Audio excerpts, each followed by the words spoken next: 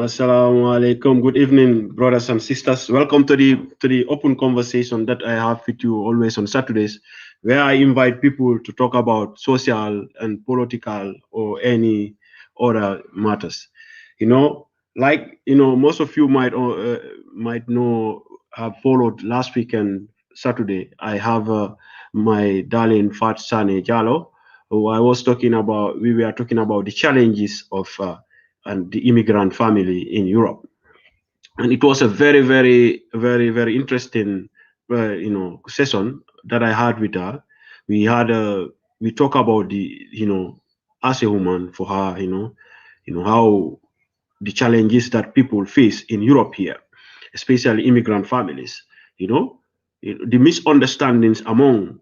families here, and what are the causes of them, and I talked to this sister, and we when she left, uh, I had some brothers. I have brother Kaltin, from Manekunda from Basse. He's living in Germany. He was so interested in the topic. He came in and he also throw in his views, and it is very interesting. And I will be having these three female panelists today also to talk about to further talk about these topics, because there were a lot of things that I wanted to talk to Fatu about, but the time did not allow us, and it is too much. There are too much, and she's a family woman. There are problems in Europe here. They cannot fit in one one session. Everybody, maybe you listening or you watching now, you are facing some issues here. You know that based on cultural or or other issues, you are living in Europe here. You are facing some difficulties. It's because of acculturation or adapting to the system. Immediately these sisters come in, I will I will I will I will engage them in these topics. But here is my take. You know, most of us in Europe here, we have the problems. You know, about I have this. I talk to these brothers. I talk to some of these brothers on the migration and integration program. You know, talking to people based on those brothers, the challenges that they face, from coming to Europe, their backway journey to Europe, and also how they adapt to the European system and how to get papers here. But believe you me, those are not the only people who have problem in Europe here. Even people who are settled in Europe here, who lived here, having their families here, have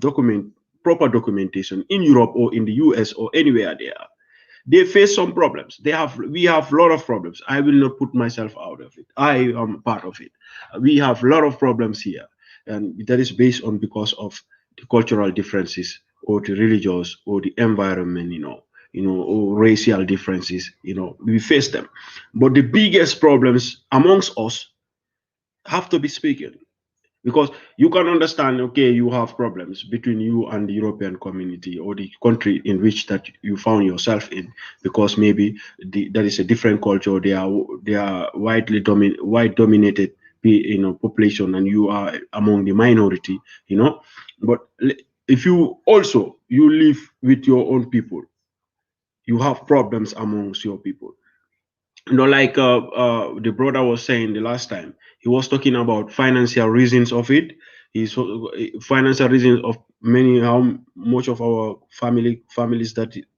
have problems in Europe here is based on finance. It's based on all responsibilities.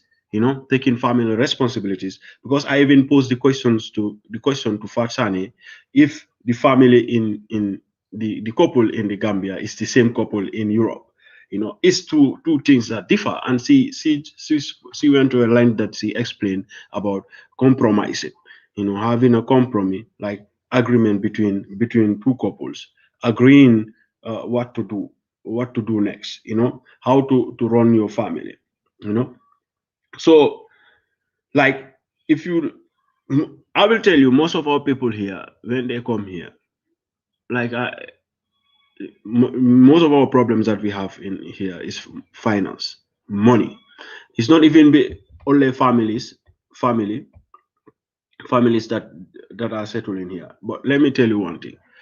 Even me, if I don't have a wife, I don't have children, I have financial problem, because I will be having financial problem, because let's say you live here,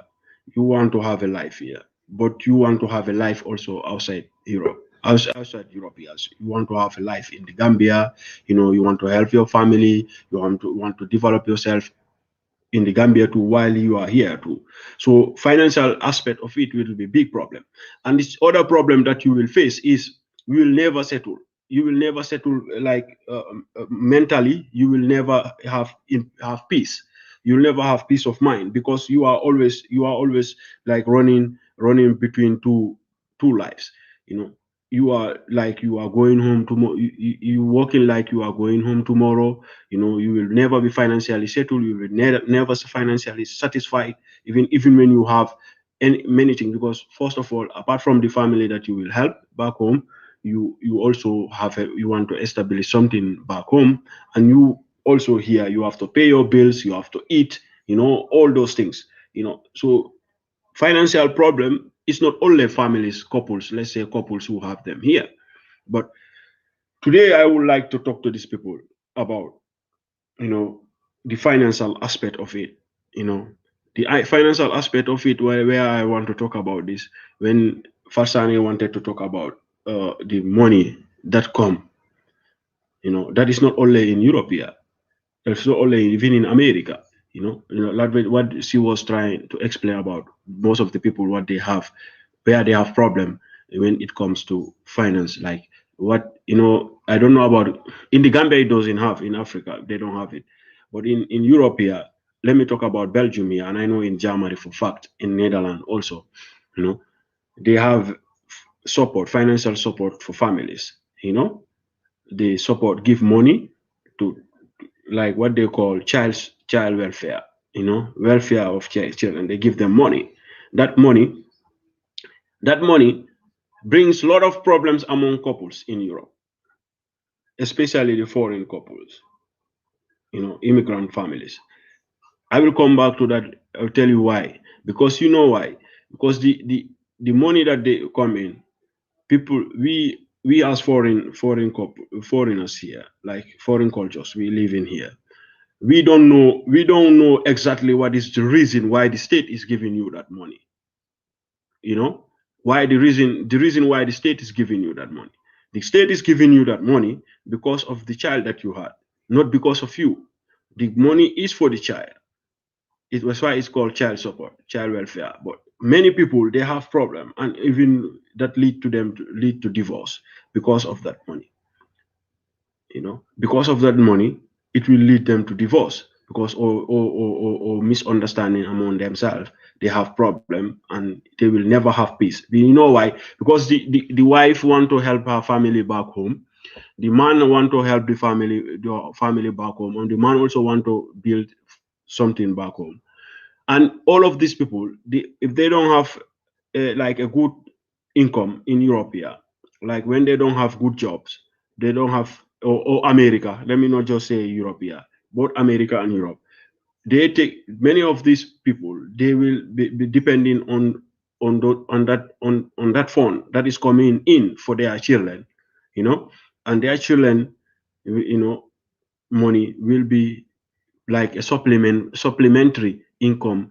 for them to, like, to help, like, to establish things back home, to be building houses, to be buying things, to be going holidays and all. And if you look at the reason why I want to talk about this, this aspect of it is because if you look at the immigrant family here in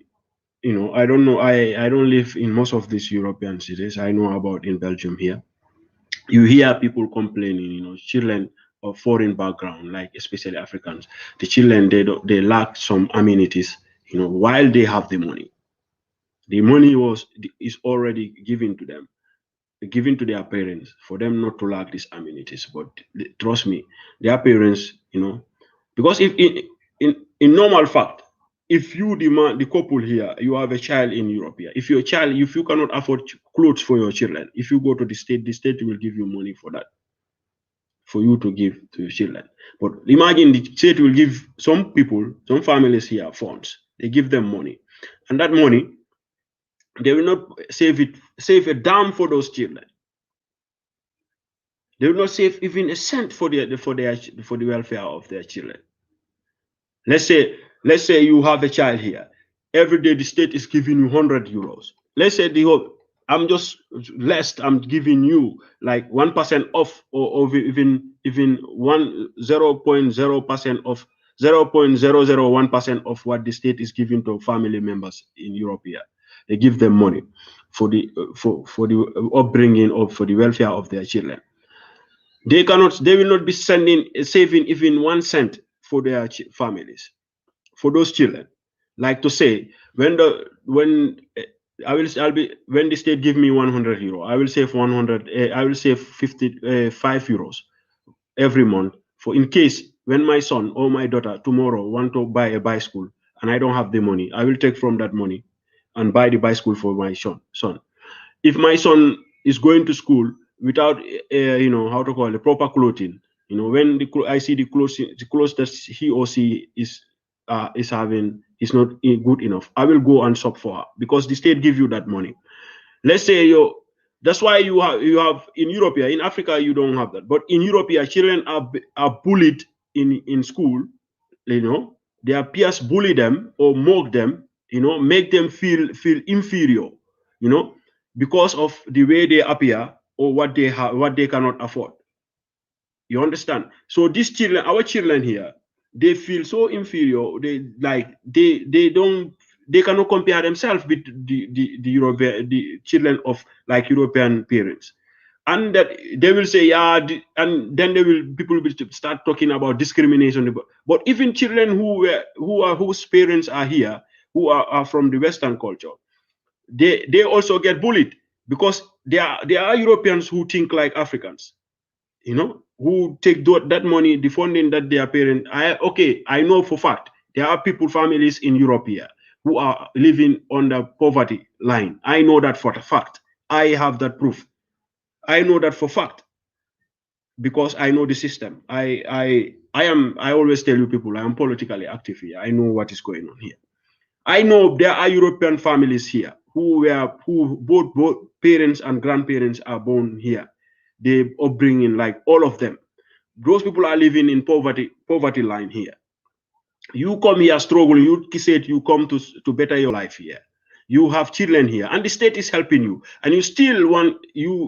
this money that the money that they give you for your children.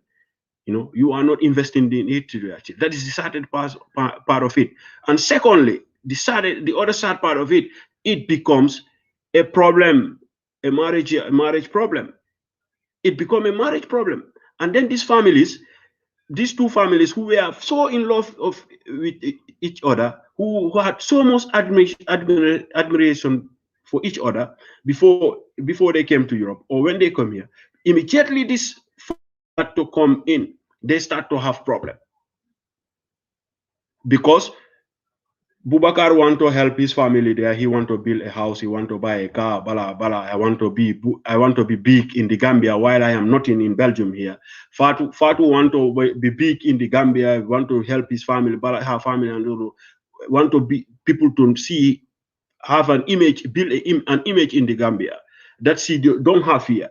She's and her children are suffering here. Maybe those children will never go back to the Gambia. They will be just going for holidays maybe in the future. You don't have no guarantee that those children will be going back. So Farsane is in. I will bring her in when Uncle Mami and Zena come in the studio. I will pick. They will pick from where we stop. I don't want to talk alone. I will be talking to Fatu because Fatu lives amongst Africans, and she also sees a mother here. We already hear last week when she was talking about families having. Hello, darling. Haram ma call sena bu mo ma hi. Haram oda ma ba nga bay ma only 2 minutes ma call sena No problem. No problem. You okay? You okay? Okay. All right. So let me finish on what I let me actually hala nunca de pular maybe for the benefit of full baby. And the last week though mi yewta no o program platform me hebuno do last week mi yewta no fi difficulties ji satere be full family be ngureji family ji ko hebata e nder Europe tawa mu ko mi yewti dayno e fatsane me yewti mi do landotonomo mi inni mo wonde ma koni family wonɗo Gambia comme wonɓe Gambia are they the same family in Europe? Ko waɗi ɗum mean, okay, bro, Ibrahim, so I'm not brain problem. What it is send if you want to join, you can join. Everybody is invited. Everybody, if you want to contribute in pro, just let me know. I'll put you on. That's why I call it the open conversation. I have no boundaries. I have no choice of who want to talk here. If you want to talk, just I will put you in, no problem. Ibrahim, Ibrahim so waɗan send message ko WhatsApp ko Facebook on no waɗu ko WhatsApp on number on is on the screen there. You see my number. I'll send me a message. I will send you a link. Okay, Zena tamet nyona. So komo no halde kon ko woni. Andi mene yewtayno last time min ko mi yewtidayno e fasane mi do landotonomo ko honnu woni problem ji ko family ji ko heɓata ga because ananay ɗo e nder si tawi ko sappo e famille ji sappo dewle sappo e nder wonɗe e nder Europe ɗo a tawa e jeetati e nder en dewle fo bonay ɗi sakkitotako 8 out of the 10 marriages in Europe ɓe sakkitotako ɗum wona hay wona fi ɓareɓe tun kono ko e nder family ji ɓaleɓe men comme aruɓe ɓen tawa e mum especially enen sub-Saharan Africa like the black man no ɗuuɗi ananta dewle muɗum bona e nder Europe ɗo e nder ko tawa e muɗum fat sane haalino ɗum ɗo te prépare comme ñanden ko mi yewtayno goreja goɗɗo eneteɗo Kaltin Fode from Basse o natuno kanko kadi o haali ɗo no tawa ko bonnata dewle hewɗe e nder Europe ɗo ko mbuuɗi financial hino tawa e wonde kadi ko bonnata dewle e nder Europe ɗo ko responsibilities ino tawa ko bonnata ɗum ga e ɓe pare ɗettugol advantage of people andi Fode sa yehi ha e point mo haalayno wondema a yehi ɗo goɓɓe ɓe tigga e rewɓe ɓe adda ɓe itta ɓe Africa ɓe adda ɓe ɗo ɓe jokka ga rewɓe tubako ɓen haray ɓe inna rewɓe maɓɓe ɓen kamɓe min oɗo ko wallayɗo lantum andi ko wallayɗo lantum an yaha e sayi debbo ma on kanko kadi o jaɓata ɗum goɓɓe ɓen noon andi ɗum no tawano min noon hande komi faala yewtudude e ɓeɗo ko about the finance because Fatou o falno haalde last week about that ko memi about financial aspect min andi ɗum is a big topic because I'm following one of my friend Isa yewta e fimum Isa no yewta fi o aspect ɗon so by Isa no yewta on aspect ɗon Isa sanko she bring the examples like people who have problems here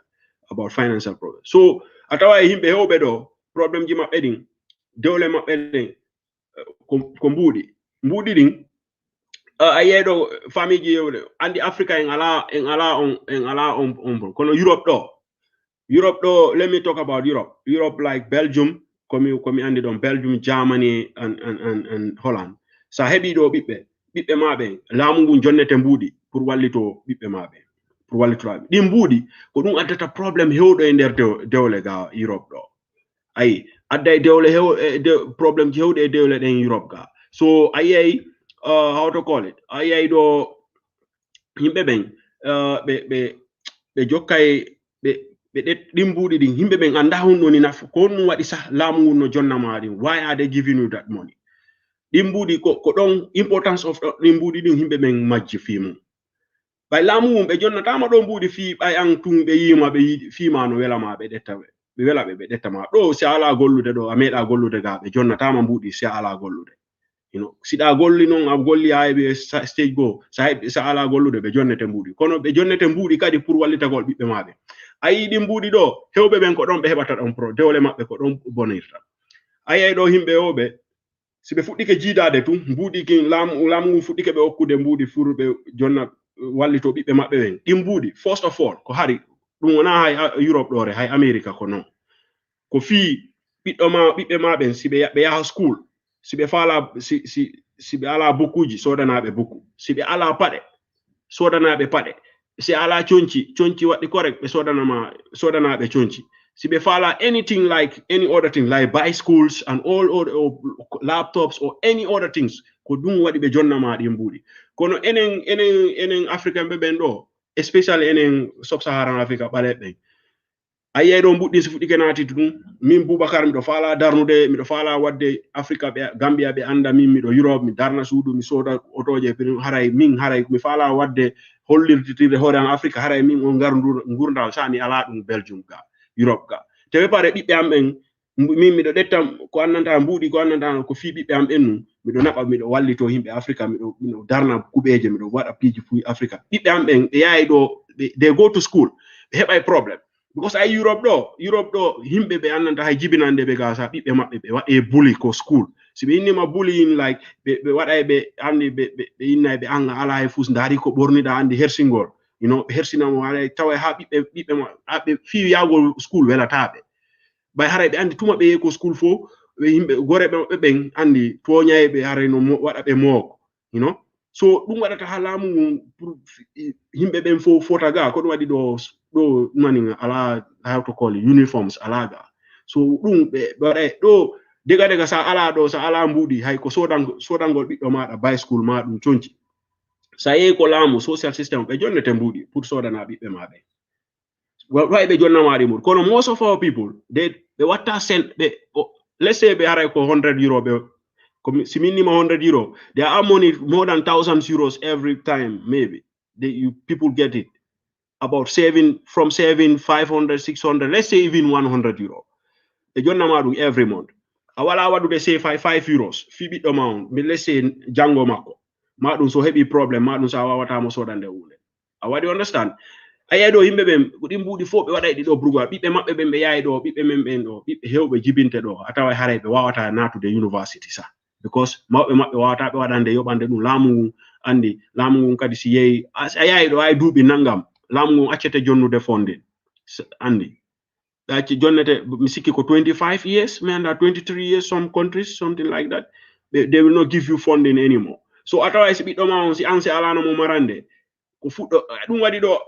ko fudditagol ba wonata ko tampero onati tata wano anno on da tampere do ayay do bibbe himbe no jibina do bibbe mabbe si hebi ya dubi 25 years rek ayay be yaabe sodana hore mabbe galle be hodana hore mabbe apartment wana fi haray ko lamu woni be jonnu ko lamu ko wonno be jonnude gon ummawbe mabbe marani be ha time mabbe yoni madum si be faala wadde further studies ko annantane be waawi waddude be tampita hore mabbe fi gollo accumi yami dabba golle taway ko dimbudi di wonno be tam wadande safe ko dimbe watta use be wada further ko be faala wonde ko si be faala wonde doctor be faala wonde anything aduna mabbe on be waday ataway mbudi wonata problem mabbe enen don do bibbe meden do ayaay do haysia yonata hay grade 12 sa atawa be wawata wadde for the education because si be ala hebude pade wadde correct be ala hebude chonci waddi correct atawa kambe be hebay hammeji be hebay problem be wawata concentration be wona a struggle like you know be hebay on problem mentality on be hebay on tawa be wawata wadde concentrate on their for what will develop hore mabbe do anga jibini atawa dogi tampere ari do innuda da fala foytinde hore ma jibina do bibbe kadi nattina ben e tampere. So I don't want to be only one talking on this program. I have my wonderful ladies here. Let me bring them in because they are all mothers, you know, and you know they are living among Africans, you know.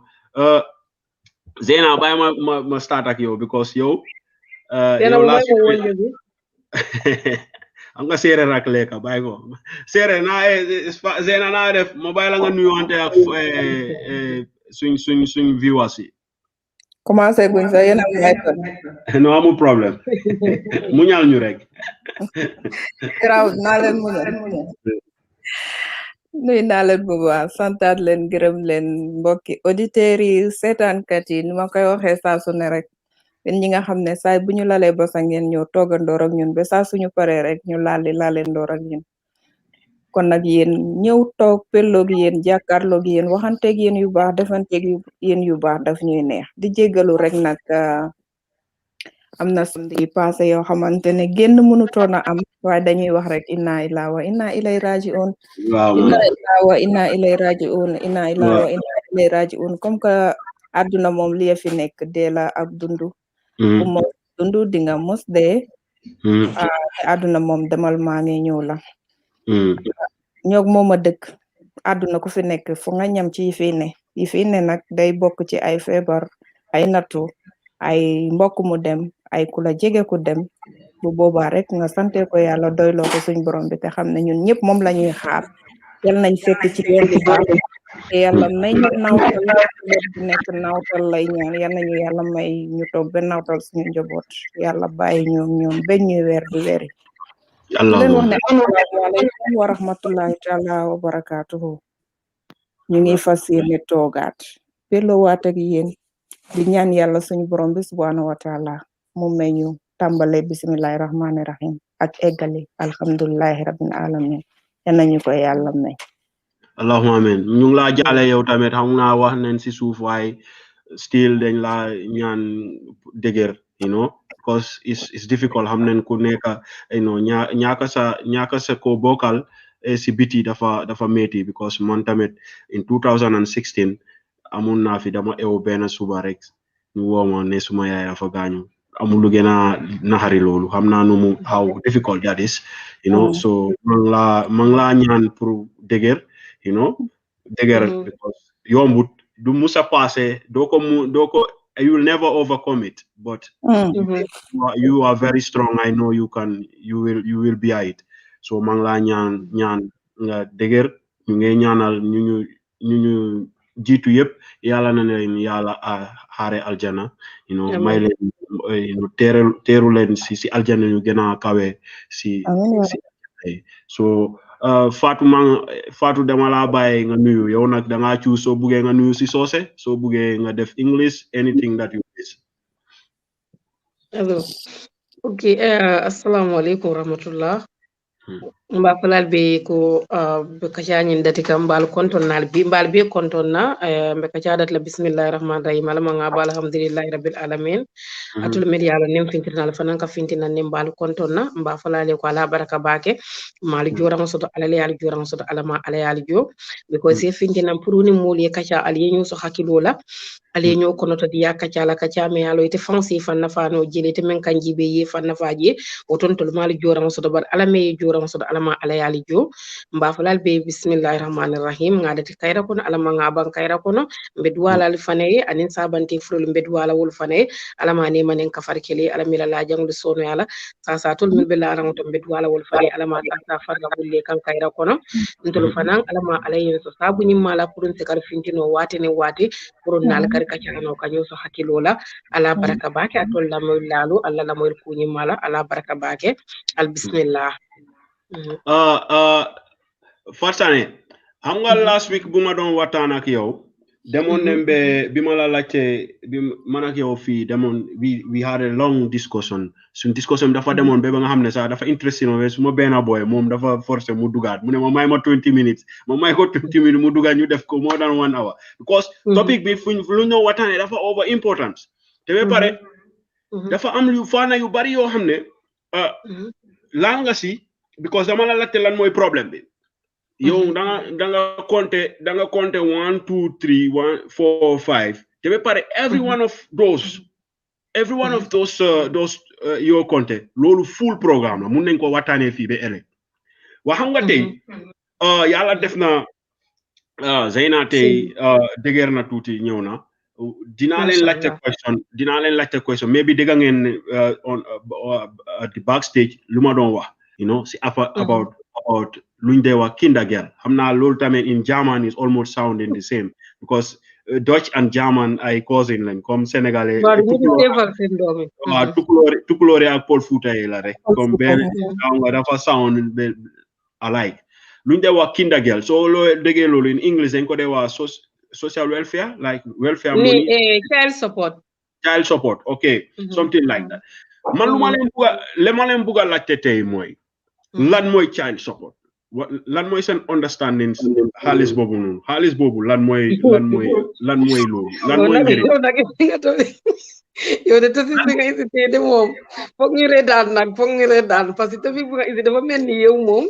da nga toog foofu noonu rek nga xam lu dee nit ñi luñ dee waxtaanee rek nga dingi ko isil fii nii ji foog ma nee de xam nga Fatou xam nga man dinaa wax suma boppa bi ma social bi ma amee dota man am naa doom yàggul bi ma amee doom bi ma ñëwee si situation boobu man dama si génnee suma bopp ba mu wer dama wax yaay dama wax ne nañ xaalis bi because of yaay ma ne nañ ko def si tuuri yaay bi am na percentage boo xam ne dañ def state bi financial department bi dañu wax ne non xaalis boobu du mun a dem si site si yaay suma doom bi because of boobu dafa base ci suma salary comme dañ ko xawma something xam nga dañ ko base ko comme no amut an unterhaul amut dafa fii Belgium fii xawma naka laa koy waaye bariwut sax ay 25 euro la nii 25 to 50 euro so waaye dañu wax ne loolu du mun a dem because loolu suma warugal la loolu amul dara luy amee lu moo demee ak doom bi ak doom bi loolu because of man so loolu rek lañ nekkat di isi si man te xaalis boobu noonu man every time dama de su duggee suma sala suma desa every month dama ko dee jël ma jënda ko dara loo xam ne affaire yi doom bi la ma jox ko you know because it's not my money loolu du suma xaalis man noonu laa ko gisee it have nothing to do with me because man bañ naa be nga xam ne sax bi ma demee last time ma dem si banque bi fii nii jigéen bi ma doon wax dama doon wax moom affaire suma dañ doon waxtaan affaire suma insurance bi nii mu ne ma ne xam nga ne am na insurance booy def fii boo xam ne every month dañoo jël xaalis bu fuuy sax sa loxo you know ba nga xam ne yow bés bu la dara jotee fii soo nañ wax ne rek ëllëg si suba man ma gaañu fii nii suma insurance bi dañoo jël xaalis ñu jox suma doom bi ak suma famille bi pour lu ñoo stoppote xam nga jigéen bi mu ma waxee loolu ma ne ko ne bi ma waxee ñaata la ma ne ko loolu kay loolu duma ko yegg sax ma ne ko defal ma ko you know so maasi yooyu noonu ak am na ñoo xam ne dañoo xaalis say maa ngi leen laajte affaire yi finance kindagel bi naa ko yang ko doon wax daal waaw bi ma dama leen di laajte rek ku nekk si yéen ngeen wax ma rek lan ngeen understand lan mooy kindagel am na ñoo xam ne xamuñ de maa si raki waaw maa si raki soo raki soo xam naa ne tey di nga ree ba bugga dee last week rek yaa ngi doon waxtaan déggal ñu nag tey ji ñu ñëw nag si affaire waaw dinaa la starté yow Farsade because yow yaa ekkati woon topic bi yaa laaloon point yu lan nga understand lan mooy kindagel lan mooy njëriñ lan mooy kinda yaa nga nit ñi foog naa dañ réeree loolu dinañ ré nga lu tax ñu ngi dee ndeysaan fu nga laal nga foo xam ne jigéen yi war nañ koy waxtaan comme ni ma la ko waxee last weekend rek maa ngi ko waxtaan ak suma xarit macha allah suma xarit boo xam ne muy loolu rek ñu ngi ko doon waxtaan affaire kindagel jigéen yi naka lañ war a def ma laajte mu ne ma yow sa kindagel doom yi est-ce que yaa ngi seefal sa doom yi mu ne ko lu tax nga laajte loolu noonu mu ne ma parce que dafa important mu ne ma ne ñun jigéen yi mu ne ma dañ war a try every month nu mu bon ñu ngi seefal suñ doom yi pour ëllëg ma ne ko loolu de ma ne ko digga bu wér keng la te digga la maa ngi ñaan sama mbokki jigéen yi yëpp ñoom seena bu ñëpp ngeen ñu fi jàkkaaroo ñun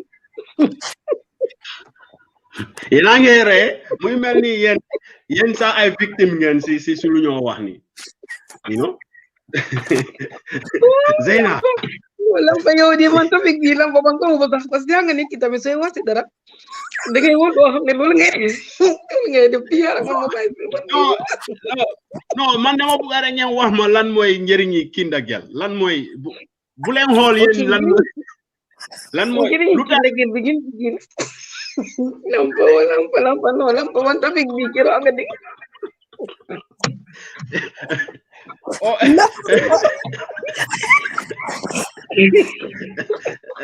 non mane doo leen koy fi def ree kese de bàyyi ma isi Zeyna dafa doy waaru kindagel bi tas na sey waaw kindagel bi tas na kër kindagel bi tax na doom yi ree nañ seen ay parce que loolu yëpp gis naa ko fii nii that was 2011 am na benn congolese boy bi ku rey yaayam fii nii anga kindagel moo tax man affaire am bi daal man fu mu nekk nii dafa bëgg a opposé suma jéeméñ bi kon yow jàng nga si loolu yëpp kon yow jàng nga si loolu yëpp xam naa si loolu yëpp xam naa si loolu yëpp non xam nga lan moo gën a xam nga loolu dina understand doom bu dembe aga 15 years or 16 years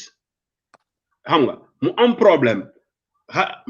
xaritam yi yëpp di jënda ay iPhone or ay smartphone moom mu ñëw si yow pour nga jëndal ko smartphone yow mënuloo koo jëndal smartphone bi te ba pare yow for 15 years xamoon naa di ko 15 years ya mu doon am non dama duma count bi nga xam nga Germany ak Belgium fii nii sooy wosin dañ la dee jox xaalis pour nga prépare pour nga jënda ay matériel affaire yi doom waxuma loolu waxuma boobu damaa wax bés bu mu juddoo. comme starting from bi nga juddoo xam nga dañ lay buddi fay every month ci ndajal ba 15 years. léegi su demee ba tollu 15 years boobu noonu mu laaj ci iPhone bi problème bi dina ñëw parce que léegi depuis ba mu juddoo ba mu am 15 years lampa lu mu bon every month xam nga ne mun nga koy seefal even 100 euros la. loolu laa lay wax ni ma ne sa doom yow façane Idrissa su taxawee sa kanam in next 15 years yow Adraman mu laajte leen 15,000 like mu laajte leen 1,500 euro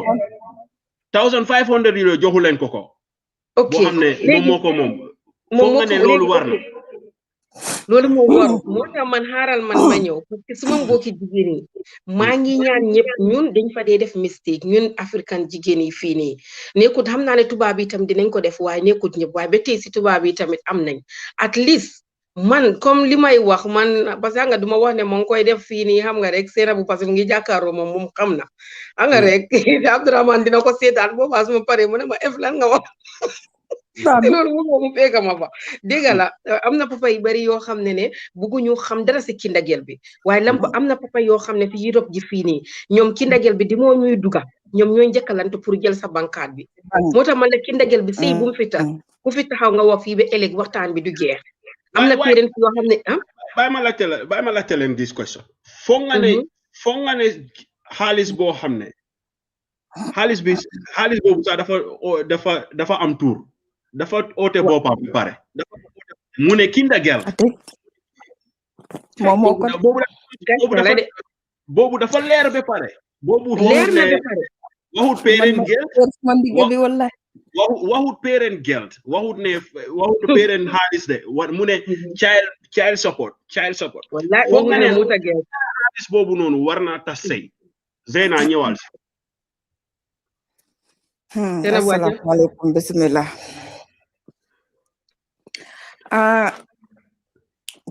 suma papa tey moom di nga indi topic boo xamante ne jigéen yi Europe in general ñun africain yi in general ñun ñëpp la laal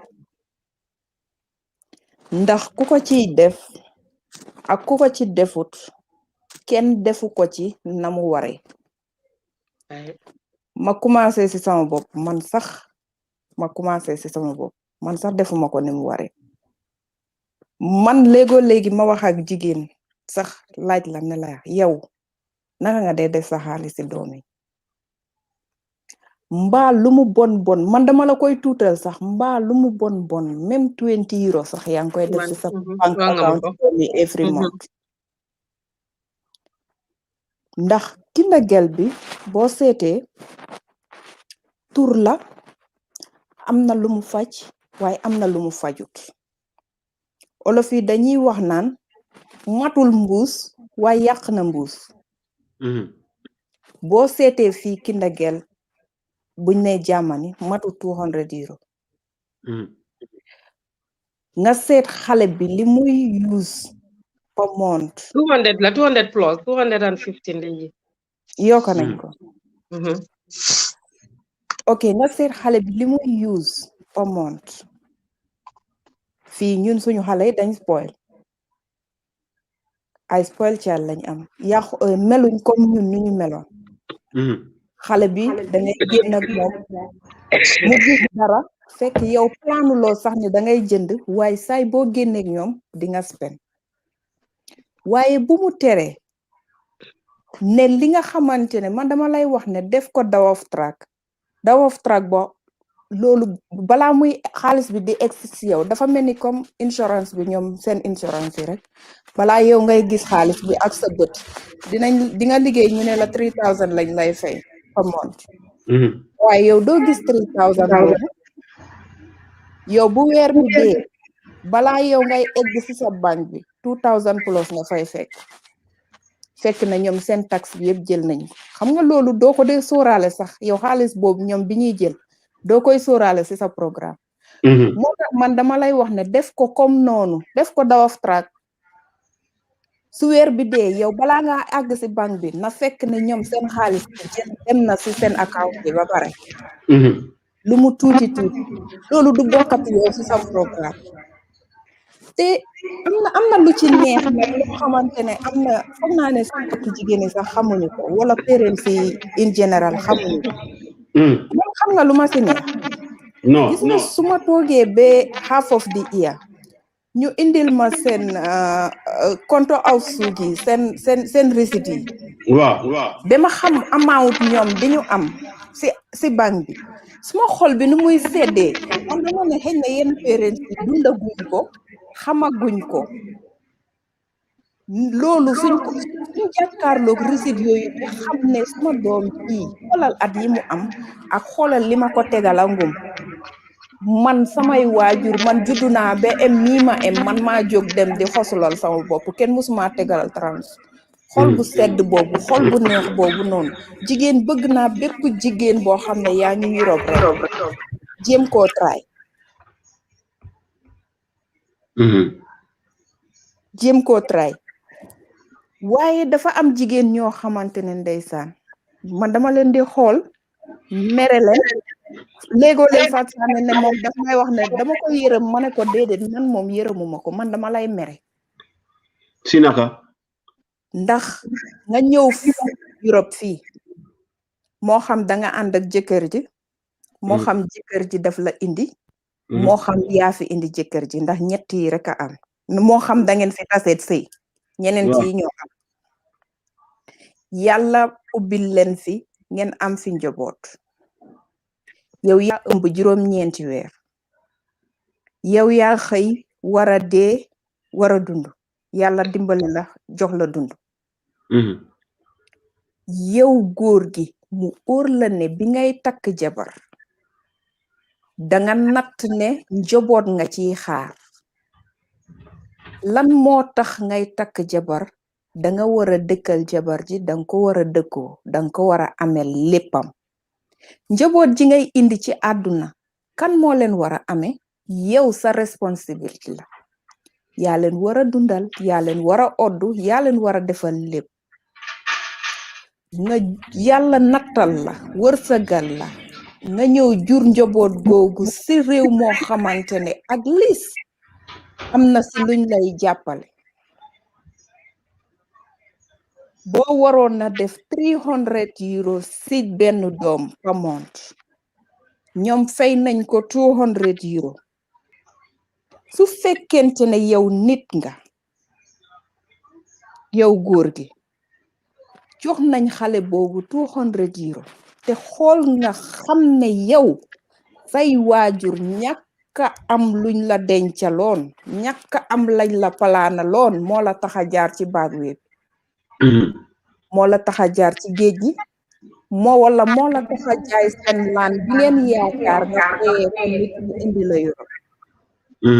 wala moo la tax a dem bomsa ji tase jigéeni tubaab nga ñëw Europe waaw yow doo xalaat ne yow suma responsibility la xaalis bi sax dama ko war a seexlu su dee góor laa xaalis bii dama ko waruma ci xam dara waaye déedéet man dama fi gis góor yoo xamante ne dañuy naj seen jabar yi bank seen loxo yi ci seen gannaaw jabar ji du xam ñaata lañuy feyeeku weer as famille am na jabar yoo xamante ne soo leen fi taxawalee tey ne leen famille bi all together ñaata la leen government di support weer duñ la ko wax how is that possible loolu naka la mun a possible kay la ñu defoon mooy dañu ñëw def joint account benn ayut ndax man sax def naa ko waaye man ba ma ko defee dama def ñaari carte dangay am sa carte ma am sama carte yeah xam nga loolu mooy official so joint account ku nekk dafa am carte ñoom dañu defoon joint account nag am benn carte how is that loolu comme moom war naa dem si banque bi mu laajte bosam boobu dafay fekk dafa fekk nga ñeme koy laajte sa jëkkër boobu dafa fekk ne nga doon jigéen independent boobu dafa fekk nga doon jigéen independent mbaa nga xam sa wareef xam sa yelleef voilà du independent am na kuy déglu si programme bi si kan la mu wàññi volume am moo gën maa ngi dégg suma booba. da ngay xam sa yelleef. waaw benn bu ci boppam tam mu ngi accord. école la de xaw ma fan la nag. because man moom benn bu dee yaa ngi déglu. xam nga man ko taal ci suma Facebook bi waaye ne est-ce que du foofu la. foofu la sa Facebook bi nga wàññee volume bi. sa Facebook bi ñu ngi déggal suñ boppa li nga lan mooy problème bi soo demee because yow ak sa jëkkër yëpp da ngeen a sign so li nga sign moo la jox right pour am waruloo laajte sa jëkkër waay nga waa banque bi duñ la ñëw yow fekk la sa biir kër ne la kaay jël sa carte. ok man dama foogoon ne because ok sorry because man bi ma yow yaay dem si banque bi nga ne leen dama bëgg carte si joint account. Voilà. Okay. Maybe that's why because ñun biñ ko doon def dañ sign ñëpp ñu def 2 cards am nga ñaari cards yi ñëw so maybe that is possible maybe mënuma wax ne maybe you are that is nga xool jigéen yooyu noonu waxuma la doom ji sax waaye yow mi ëmboon juróom-ñeenti weer yi sax yow njëriñu loo si kindagel boobu noonu ñun de ñun moom ñun ñi toog jàkkaarloo ñun suñu kindagel fu mu dugg ñoo ko fa dugal. waa dégg ñun moom ñun suñu kindagel fu mu dugal ñun ñoo ko fa dugal. waa dégg waaw. yow yaa ngi address one side of the coin only yow yaa ngi wax comme jigéen yi nu ñu war a gisee xaalis bi naka lañ ko war a góor yi tamit naka lañ war a gisee ñaari side la laal mu daal na ci góor yi mu daal ci jigéen yi. waaw man fu may waxee nii mooy. is it not like a joint responsibility pour gis ne xaalis bi xam ne xaalis bi nii soo gisee ñuy jot xaalis bi because da nga gis xam nga Zeyna lan moo gën a sad si suñ African community bi.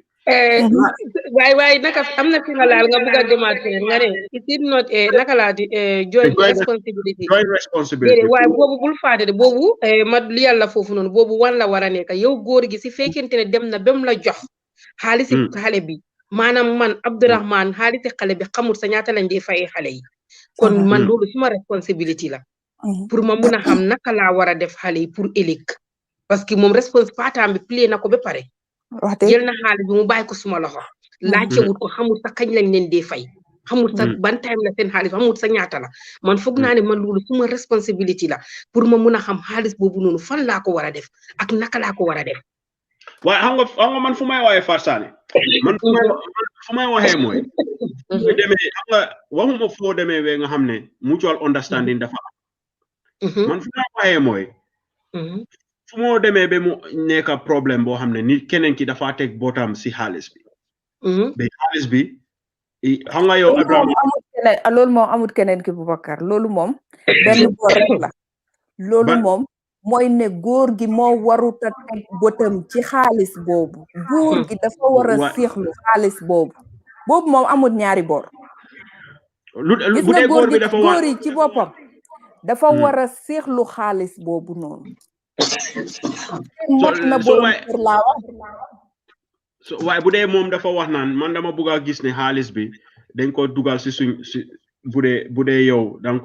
dama bëgg a xam naka nga ko nekk di spend maybe we are coming behind with our bills xam nga maybe you pay the like suñ doom yi yaa ngi leen dina jëndal maa ngi gis ne ñu ngi jëndal xaalis ñu ngi jëndal xale yi yére jëndal leen ay daala jëndal leen ay bicycle because xaalis bi it's coming like that because of loolu la you know so because da nga gis ne ñun ñu nga xam ne sax ñu nga xam ne dëkkuñ ak suñ doom yi ñun state bi daf ñoo charge pour xam nga fay maybe fay ñooñu waaye €150 per every month you know so da nga gis yow xaalis boobu soo ko jox especially soo ko jox jigéen da nga make sure ne xaalis boobu noonu mu ngi dem si sa famille bi sa doom bi xam nga so let's say man moo xam ne yow xaalis bi mu ngi ñëw si yow te ba pare suma doom bi ma koy muy dem school amut muy sol yére boo xam ne mu ngi ko sol ay 3 years 4 years you know muy dem school muy ñëw di complain ne ñu ngi ko bully si school bi you know foog nga yooyu mbaate may gis yow xaalis boobu noonu yow yaa ngi koo jël di ko yóbbu nga ko defee ngay dimbale sa famille bi Gambia o Sénégal o Mauritania o Zimbabwe o anywhere ah boobu moom du ñàkk loo min du ñàkk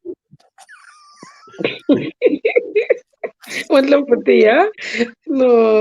lamba sa waxtaani tey bii Boubacar waxtaani tey bii moom mooy loolu rek Boubacar bu nekk man nga xamat non dañoo waxtaan rek di ko xam nga man bañuma ngay dimbale ngay xam nga fu may waxee mooy mais waaye nag suñu waxtaanee waxante dëgg rek famille bi back home waruñ laa gënal njaboot ji nga jur ndax njaboot ji nga jural sa bopp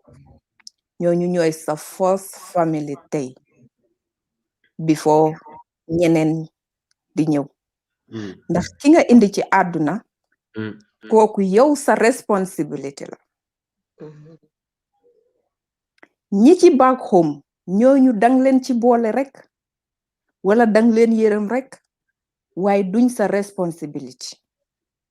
man suma sonnee gars yi dama leen daan ne juruma leen su defee suma benn rakk moo ma daan wax ne boo ñu juru tam sa ganaar nen nañu ma ne leen toj naa nen bi non man xam nga fu ñu waaw waxal daaneel de xam nga léegi as africain di fa am ñoo xamante ne dañ gaaw a émotionnel si gars yi back home ñoo ba tey léegi understanding bi dafay des ne gars yi tamit dañu te overuse ndax ñoom li ngay toog fii yow Boubacar naan kindagel government bi liñ leen di sponsor ñoom réglé nañ ko bu yàgg xam nañ ko bu yàgg soo pour ñoom yow dang fi toog am fi ay milliards yaa ngi liggéey ñoom lu ñuy xalaat mooy ne diw ñu ngi koy fay 4,000 euros wala ñu ngi koy fay 3,000 euros calculétal nañ la 3,000 boobu mbaa 4,000 boobu boole ci li nga war a am ci xale yi teg ko ci waaye duñ la calculétal ne danga war a fay rent danga war a fay say bill 3,000 boobu dégg nga ci am waaye mosoo koo gis tegoo ko sa bët weer bu jot 2001 ngay gis wala 2000 something égal des na si stoye classe bi nga ne duñu seet ne xale yi dundin fii dafa metti xalaatuñu loolu yépp ñoom seen yoon nekku ci li ñuy calculer rek mooy ne yow su weer bi dee di nga am 6,000 euros si sa loxo bi wala di nga am 4,000 euros si sa loxo bi soo seen demande si di gën a yokk yow soo àndut ak sa xel mbaa nga bëgg gis leen ma mbaa nga bëgg def ñu ne diw moo fi def lii dangay sonn sa coono du mës a jeex coono bi la indi jëlee Afrique indi la fii du mës a jeex ndax yow xaalis boobu ñoom biñ la kontel yow óor na la ne musoo koo teg sa ba dégg rek nga ci am ci ay paper rek la nekk waaye yow li ngay fekk ci account bi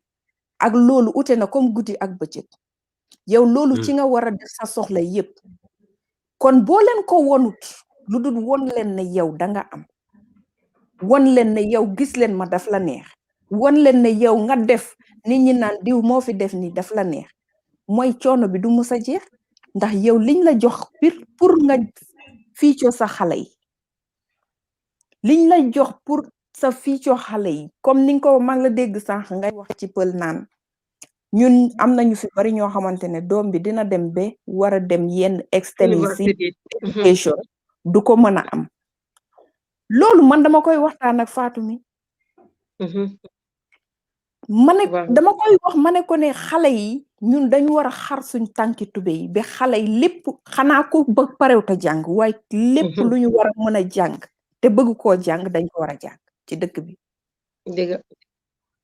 waaye léegi yow boo toppee emotion back home loolu doo ko def lan ngay def yow mi nga xamante ne yow sa yaay tegalut la woon te ransu sa baay tegalut la woon te ransu danga xarloo mbaa nga sàcc seen laan jaay ko mbaa nga jël seeni nag jaay ko mbaa nga yaa xam loo def jaay ko ba dugg biiru Europe gii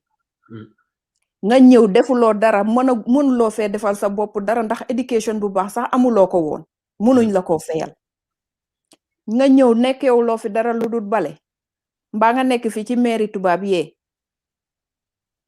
yow sa loolu boo moytuwul njaboot gi nga fi jur sax ci loolu la ñuy mujjee. xam nga fu ma doon waxee ma da ngaa gis comme famille nit ñoo xam ne yow ubbi comme yow noo waxee comme def domiciliaire ubbi banque ubbi saving account for their children. yow ak kër yëpp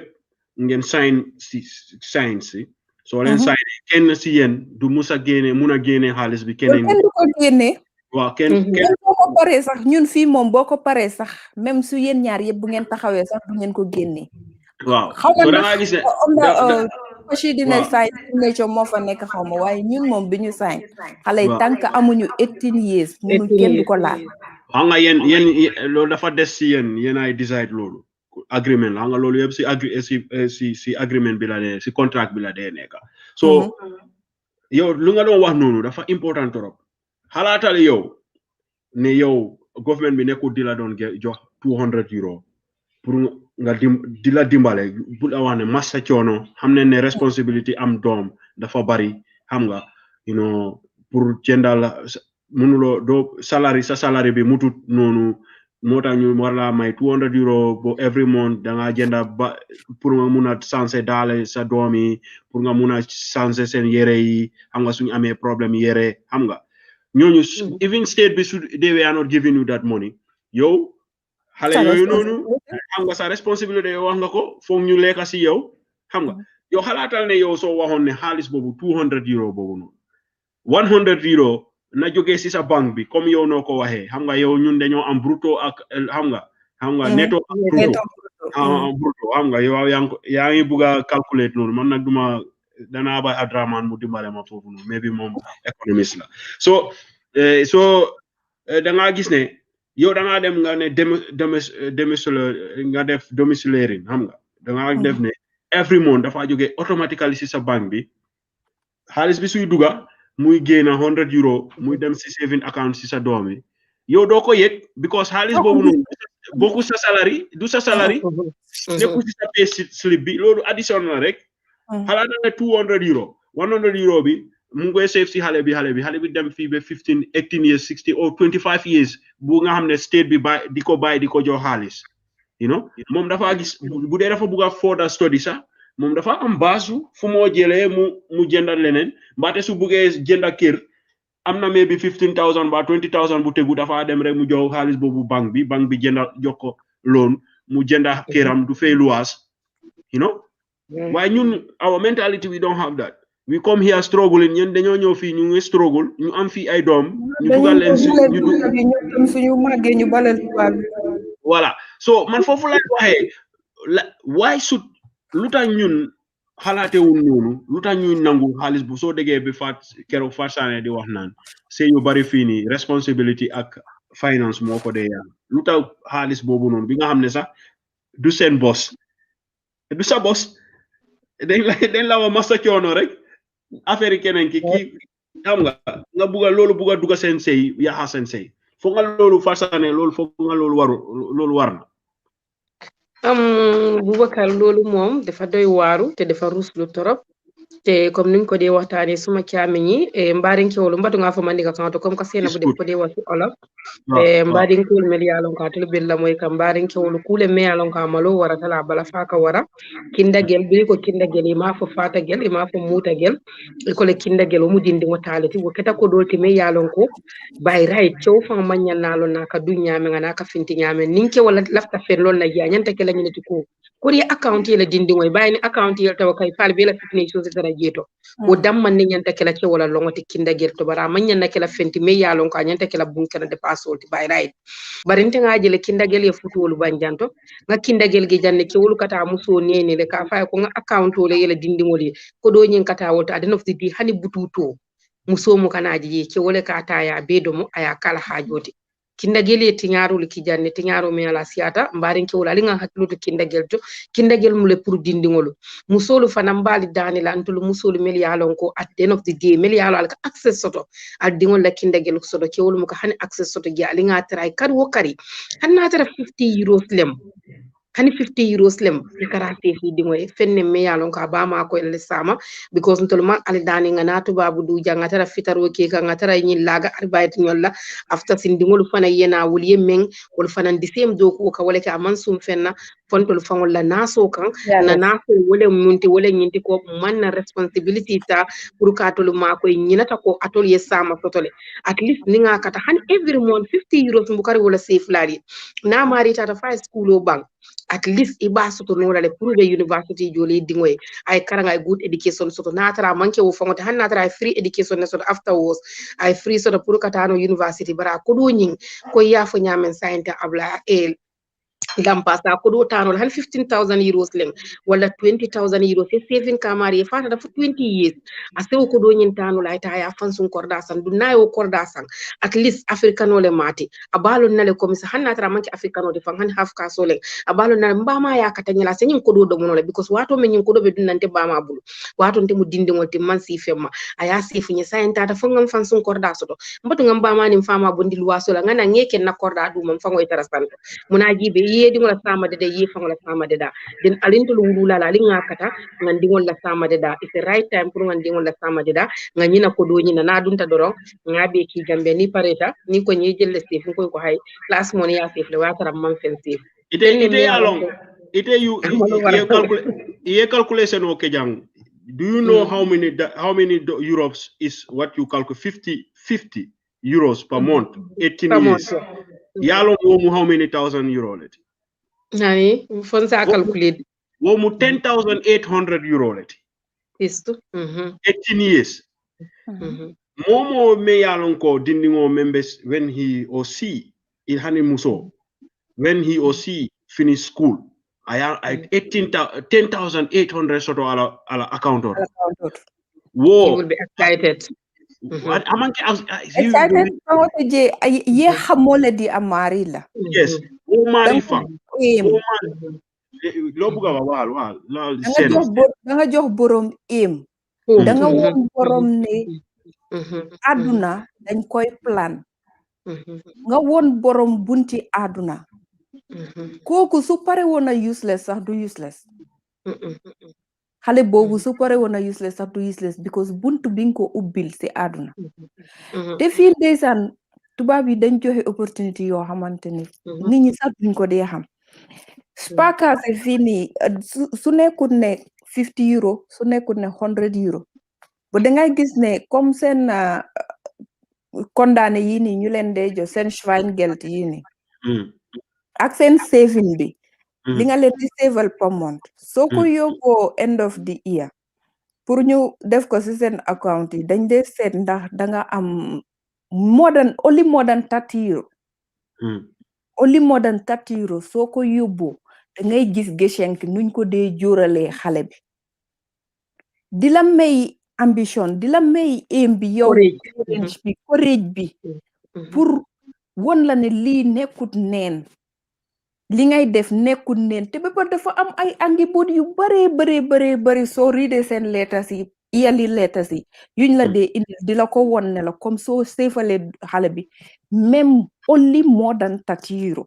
li xale bi war a am bés bu demee ba am accès ci accountant man dama calculate Fat Sane bu mu waxee only 50 euros only 50 euros hanga man dama la wax ne 50 euro soo ko doon save every year loolu 600 euro la 600 euro soo ko save every year for 18 years xale boobu dina so bés boo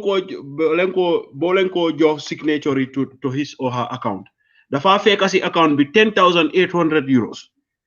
kooku even bu doon daf doon dem university dépense am rek ba mu jeexal ba mu am master sam yow ak lu moo fay ak yu ndaw yu moo fay ci university yëpp du am problème boobu noonu te yow doo ko yëg say noppal du la laajte xaalis te moom bu doon sax dafa laisser mu stop at 18 years mu ne man léegi daal dama dem start liggéey moom du dëkka ci luwaas because su demee si banque bi at 18 years or 20 years mu ne dafa bugg a jënd kër banque bi dañ xam ne bu dee 1 million la buggal loon sax because fii tubaab bi kenn amul xaalis fii koo fi gis ku jënd kër ak gën si lool la so mun naa jëndal boppam kër du am coono comme ni mbaate mun naa start small business waaye people are having problems ñu ngi ñaa ngi am problème bi nga xam ne jarut ko ay sey di tas nit ñi di mere wante si xaalis boo xam ne waaw loo xam ne sax loolu du seen xaalis da nga gis suñu doom yi boo bàyyi ma ñëwaat yeneen sey sax dafay tas ba pare nga gis góor bi xale yi mun nañu dëkk ak parents yi góor bi dina ko jaral dina dem ba si Jugendamt bi pour dem boole woon leen ne kii ki ndagel bu ngeen ko dee jox ak untaxal bi def ko dee jël mu yónnee ko Afrika duy save dara ñun jigéen itam ñu war a bàyyi suñ xel parce que façon boobu suy am si fekk sa at least yaa ngi save 50 euro xam nga loolu dina la dimbali doo ñoom xam nañ ne moom comme ñu bari fii ni parents yi duñ dee seefal si fi seen tubaab yi seen bopp sax loolu mu ngi fay am duñ dee seefal seen doom yi ñoom xaalis bi su duggee yëpp naan nañ ko tuxu nañ ko xam nañ ko waaye at least yow africain bi comme que léegi xam nañ ba dem na ba suñ góor yi def dee aaga si boobu noonu ki ndagel dina jaral ñeneen ñoo xam ne dinañ rëy seen boppa dinañ dem xoot all because of ki ndagel bi pour ñoom ñu amee xale bi ñoom góor yi ñuy am ki ndagel ñoom deyoo duñ gis yow ngay am ki ndagel bi ak untaxal buñ lay fayeekuloo te soo gisee ñu lay fayeekuloo untaxel da nga sëy ak jigéen bi ngeen tas nekkatu leen dëkkatu leen te sa wargal la pour nga dundal sa doom bi nga ne doo ko dundal ki ndagel boobu noonu mooy dundal sa doom bi ñun suñ góor yi danaa loolu duñ ko dee xelaat at least ñu jël si yow 150 euros man si man right la pour ñu jël ko si yow parce que sa doom la danga ko war a dundal nga solal ko waaye dina la jaral di nga toppa jigéen boobu noonu ngeen dem bi ngay jël rek pour tekkee xale bi pour tekkee xale boobu noonu waaye dina leen jaral lu nekk loolu mu ngi fi bëri mu ngi sonnal jigéen yi góor yi war nañu bàyyi suñ xel si boor boobu noonu bu baax sa doom la danga ko war a dundal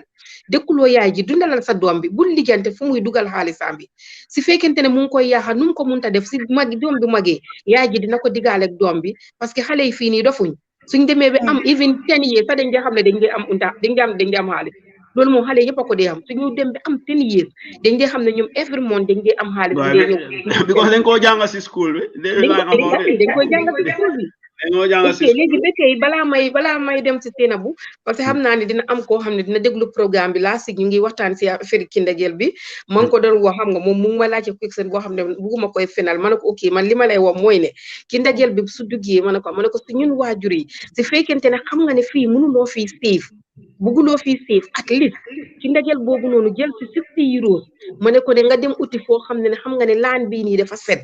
nga di ko fa dugal every month nga di ko fa dugal xale bi ba even laan bi si fekkee 2 years lam lay jël mbaate 3 years soo ko fayee ba mu jeex ma ne ko nga jël ko nga binda ko sa turi doom yi ma ne ko soo ko fa bàyyee ba mais bi xale bi dem na ba am 18 mbaate bi am 17 yow sa bopp mun ngay dem ak sa doom bi nga dem nga jaayaat kër boobu noonu nga jël xaalis bi nga teg ko sa loxo njaboot yi man advice boobu noonu man ko doon wax parce que su ko déggee dina xam ne li ma ko wax fii nii man tam si suma gis-gis loolu tam nekk na loo xam ne mun nañu dimbale soo xam ne fii doo ko fi mun a siif tiraayal nga jëndal ko dara daan lu tax nit mënut a siif fii dara te ba pare mu war a léegi comme doo dee xam nga fa bi untaxal naka la comme Seynabou nu mu ko woy daaw aftraak bi soo xamee ne doo ko mën a def kat parce que ting si nu mu deemel parce que nga cër boobu noonu soo ko jëlee Gambie every month di fa yónnee 60 euros following month bi soo ko am mu dugal si leneen boobu du problème following month bi mun nga koy def te daaw aftraak bi moom by force la te boobu su fekkee nga def sa plan yi xam nga lampa affaire bi moom bii moom dafa xaw a caxasoo Seynabou dafa joxe fii solution waaw mu ne nga def ko automatically from your waaw waaye loolu nag pour def ko nag loolu moom duma la sigi loolu muy man muy keneen nag loolu pour def ko nag lampa mooy wax ci nag loolu pour jigéen ñi ñu mun koy def loolu mooy wax lu tax duñ ko mun a lu tax du jigéen ñi rek lu tax famille si mënuñoo def loolu famille si boppam parce que nga léegi loolu soo gisee ma ne jigéen yi parce que xam naa ne si fekkente ne famille si ok 60% yëpp xam naa ne moom si famille yi si fekkee dëkk nag ñoom war nañu tay waaye 50% am na famille yoo xam ne jigéen yi ñoom ñoo yore seen kii fi ki ndagel bi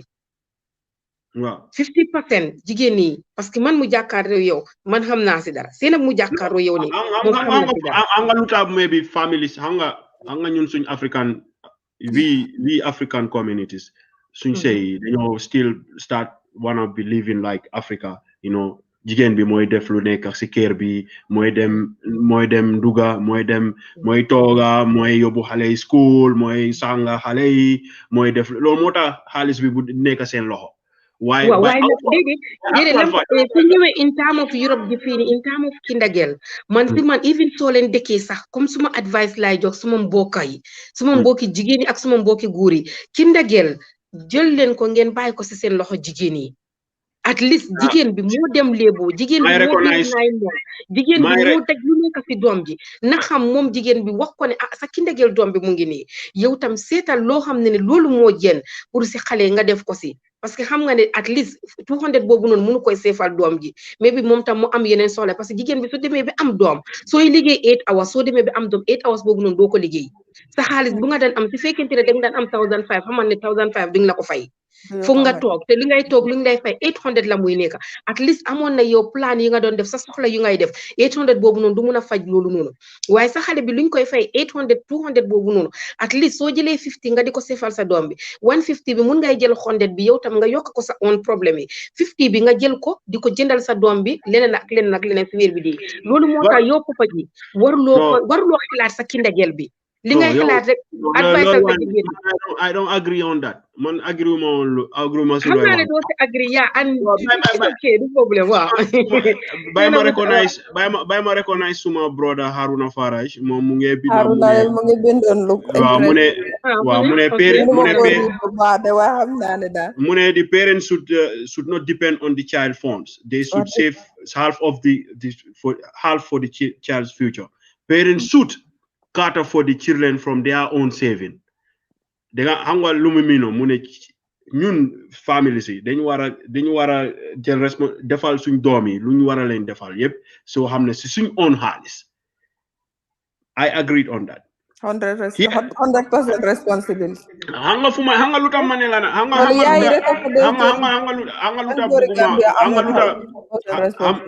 Farsane I recognize the fact ma recognize na the fact ne jigéen bi moo dee soona si affaire yi jur you know man I wish suñ góor yi African góor yi xam nga they will face labor jigéen nu ñoo amee doom comme Europe fii nii European system because man bi ma doon am suma doom bi maa ngi fa you know I see xam nga di nga xam ne cër góor dina jóg cër jigéen te ba pare dina xam lu tax mu war a support jigéen si doomam xam nga waaye here is what I'm saying is yow da nga bëgg a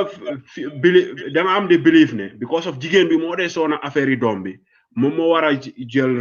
yore xaalis bi man dama believe ne xaalis boobu noonu kenn yéen yëpp yéen a war a make soone xaalis boobu noonu dafa war a duga fu mu war a duga xam naa ne yow yaa dee defaral doom bi yaay jëndal ay yére ak yooyu noonu waaye commitment boo dee am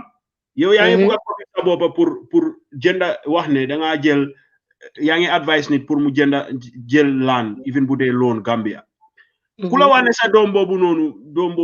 land boobu noonu dina am value boobu noonu in the future lan mooy amut doom boobu noonu fii bilal future am fii nii bi comme nuñ doon wax ne so comme yow loo calculate fii nii 10,000 my sister man ku ma jox 10,000 euro léegi nii fii nii fu ma toog nii I will start an investment fresh I will get a lot of money from it fu ma toog nii xam nga man ak suma age fu ma nekk nii waxuma la xale boo xam ne mu xam ne 18 years kooku soo ko joxee xaalis boobu noonu dinaa la wax fi explainal fi benn suma step daughter suma because suma jabar bi ma ko doon takal dafa amoon doom ak ñu ngi doon seefal seen doom bi biñ seefalee seen doom bi ñoom ñaar biñ tase dafa dem ba benn point boo xam ne góor bi papa bi yow fooy waxee ni xam naa fooy waxee ni comme ni góor yoo xam ne dañoo teg xel si xaalis boobu man xam naa ay góor yoo xam ne you know ñu ngi jël xaalis si seen doom yi seen jabar yi transuleekuñ si te ñu ngi Gambia dañ dee dem Gambia every year ñuy def seen boppa big people in the Gambia you know nit ñi foog ne ka diw sangam nii fekkat saram xoram nekkul di def dara Astaghfirullah. Sorry. Defuñ dara si Europe bi ma America fii. America. They have 4 or 5 children, 3 children. The money is coming in, and they put and they're making big names making themselves big in outside the Gambia, while they're outside Europe or America, while their children have nothing in Europe or America. Send domi even dollar you correct sa amuñ ko. Because xam nga lu xew yow man luma sansé dama xool ne suma doom bi moom su demee school su solut daala yu correct mun naa am dañ koo bulli si school bi man daal naa am yére bu gën a nice su may dem si ngente yi damay dem si ceeti xam nga su may dem Gambia may dem biig may jënda moto Gambia may kirib karab ne fekka fii awma fi dara man fii suma dundu fii sax correct suma doom yi sax even seen néegi seen lal bi correctut they don't have even playing tools. am na suñ doom yu bari yoo xam ne fii nii even foyekaay amuñ ko si seen néegi te ba pare di state give te xaalis boobu noonu bagas num fi yombi fasane yow mënuloo spend 200 euros yére yow kenn every month fasane yow Gambia nga mun a jooye ñooñu mun nañoo lekka 200 euros si month ñooñu waaye fii apart from sa dépense loo lekka rek doo ko lekka 200 euros fii soo nekkul di yaxa so I see no reason families di am problème affaire xaalis boo xam ne sax sa doom yi boy am na ñu fii ñu nga xam ne boy seen suñ doom yi even PlayStation amuñ ko seen néegi even mënuñoo dem si sport camps they cannot go to play sports and ñun suñ doom yi ñu ngi am the same stress buñ amoon Africa ñu ko am bu ko raw because foofu daf la óor ne sa yaay amut sa baay amut waaye fii daf lay óor ne sa yaay bu liggéeyut ñu ngi ko koy jox sa baay su liggéeyut ñu ngi ko koy te sa xaalis lañ koy jox plus teg ci du xaalisam de yow sa xaalis lañ koy jox kon dafay mel ni stress fii moo gën a bon bu Afrique comme yow maa ngi dégg yaa ngi wax nit ku ree papam man maa ngi seetaan fi vidéo maa ngi seetaan on Facebook vidéo benn boy in England mu laajte xaw ma yaayam dara ñooñu joxuñ ko mu dugga si waañ bi di tuur yëpp di yaaxa yëpp vidéo la it was going on viral on Facebook by maybe dinaa ko gis maa ngi ko yónnee by dinaa ko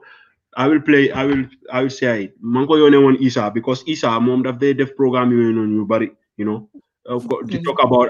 suñ community bi nii si African community problems yi nii waaye ñun suñ Gambian even in Gambia Sénégal ñun ñu bari fii nii boo yu bari góor yu bari ñuy bugg a jaay big man Gambia jigéen yi di bugg a jaay disket seen doom yi fekk seen doom yi ñu ngi soona si biir kër yi sëy yi di tas yéen da ngeen a am problème affaire yi xaalis boo xam ne si affaire yi doom yi seen doom yi sax du am problème because of yéen boo xam ne ñoom lu ñu moom ngeen am si problème te ñoom si boppam ñu toog si problème boo xam ne yéen lu ñu moom ñoom joxu leen ko yow ma naa correct na wolof boobu noonu correct na kan loo leen bugg a wax si loolu how do you see that ana seena bu ma bàyyi la nga dem si boobu ruslu greediness la rek ak ruslu ak gàcce ñàkk xam nga nit ki soo gore wut atool lu ñëw rek foog nga wane ci sa gore di ñàkk a gore passé wut yow xaalis boo xam ne liggéeyoo ko xëyuloo ci gontuloo ci ñaqloo ci liwuloo ci yow xaalis boobu bu la taxee xuloog sa jabar gore di mënut a passé loolu te ba pare am lu ma ci jaaxal mooy ne dañ ci dut am dara luñ ciy rus wala luñ ciy ragal duñ ci xalaat ne lii kat jombal naa suma bopp waa dëkk bi yëg ko ne man kat awma lu may xuloo lu dut kinda gel déedéet dëkk bi koot la ñuy jëm di gën a won tubaab bi suñu irresponsabilité ñun tubaab bi saay bu ñu xëyee rek dañ leen di won ñoom nit ñu jàppee ne loolu lu tuuti la ñun ñoo gën a woos ñoom nit ñu jàppee ñun saay bu ñu xëyee rek ci loolu la ñuy dox yow looy wax fii nii dafa important beneen topic la mu Fassane wàññil sa volume bi sa Facebook volume bi maa ngi dégg yaa ngi dégg sa bopp maa ngi dégg sama bopp ba xam nga yow looy wax fii nii comme tubaab yi naka la ñoo gisee waaye ma wax la fii nii ok lu ñoo wax fii nii it's not one sided man I know for fact ne xam naa ne even western culture ñu nga xam ne ay western lañ man la doon explainal fii maa ngi leen a bëggoon a explainal suma situation suma biñ face you know diggante suma step daughter ak exam bi kooku because kooku dafa bëggoon a withdraw xaalis yi doom bi xaalis buñ doon seefaal xale bi you know waaye bi mu demee ba bëgg a withdraw loolu banque bi moo alert moo ñu yónnee because loolu Holland la banque bi dafa ñu yónnee letter fii nii dafa yónnee suma jabar fii letter woon ko ne sa jëkkër muy bugg a jël xaalis yi boo leen seefi ni xaalis yi xale bu seen doom bi moom mënu koo génnee so xam naa ne loolu so it's not one side story nekkul ne ñun rek ñoo koo def waaye man fu may waxee mooy ñun suñ 8 out of 10 marriages in Europe here most of the time lu ko dee tas mooy loolu bokk na si loolu mooy xaalis bi ak yow yaa ngi wax fii dara loo xam ne boobu maybe next time dinaa leen wax dañoo waxtaanee loolu mooy fogu leen ne ñun xam nga yow da nga wax naan ñun ñu ngi wone bad image bad picture to the people here to the system man next time maybe dinaa leen laajte question bii nii because suma waaye dinaa laal boobu nu dinañ fi fanaan fogu leen ne yéen ñun di foreigners fogu leen ne ñun are we not the same people who are abusing the opportunities that we don't have in Africa and we have them here now. That's 1000%. More than 100%. loolu moom 1000% risque ñun la. lu tax nga nangu ñun ñoo dee tax tubaab bi xeeb ñu. ñun suñ boppa ñun ñoo dee tax ñu xeeb bu moom 1000% la. comme ni nga ko waxee boobu moom na ñëw lu tax mu nangu loolu. man tey su ma xuloog suma jëkkër si yëfi ak lu munti doon ñoom tubaab yi yaawee wuñ bopp ne dañu war a ñëw doon romb rek xam ne man dama xuloog suma jëkkër ñu dugg si fi man maa leen oo bu ma leen ooyee ma toog di ratatata bu ñu commencé ba fu ñu em tey tubaab baa nga bind mu nga record man tey def naa loolu bu bër setee ñu xëy dem si Anta tamit dafa xuloog jëkkëram wala dafa xuloog boyfriend am mu kool wala boyfriend bee kool wala jëkkër bee kool gaay yi ñëw ñoom it ñu ratatate ba fu leen yàlla emlu ko ñu jël ndox naan tubaab ba bind na record na ñoom suñ doom demee dañuy joxe account nit ki boo liggéeyee ba ngoon jot dangay xawma naka lañ koy waxatee si English def report dangay file record report boobu noonu yow li nga liggéey suba ba ngoon jot loolu nga fay bind soo toogee si computer bi dafa bind dara loolu li nga liggéey suba ba ngoon jot ñun ñuy dem liggéey sax buñ balaa ñooy wàcce lu ñooy record yëpp lu ñu liggéey la mënuloo inventé dara sa bopp nga ñëw record ko ëllëg si biir suñ la ko laajee foo koy wér léegi ñoom machine boobu noonu benn data la data boobu noonu data bi nekk Baden-Württemberg moo dem ba Berlin lii xew Baden-Württemberg mooy xew Berlin ñu connect ko together ñu ne waa africaine yi lu leen jot ñi yow ñoom tubaab yi seen bopp ñooñu ëpp problème si seen biir du si seen marriage du si seen famille ñooñu ëpp problème téeméeri yoon waa xam nga lu ñu uute ñun dañu ñëw ñun wàlliyaan lañ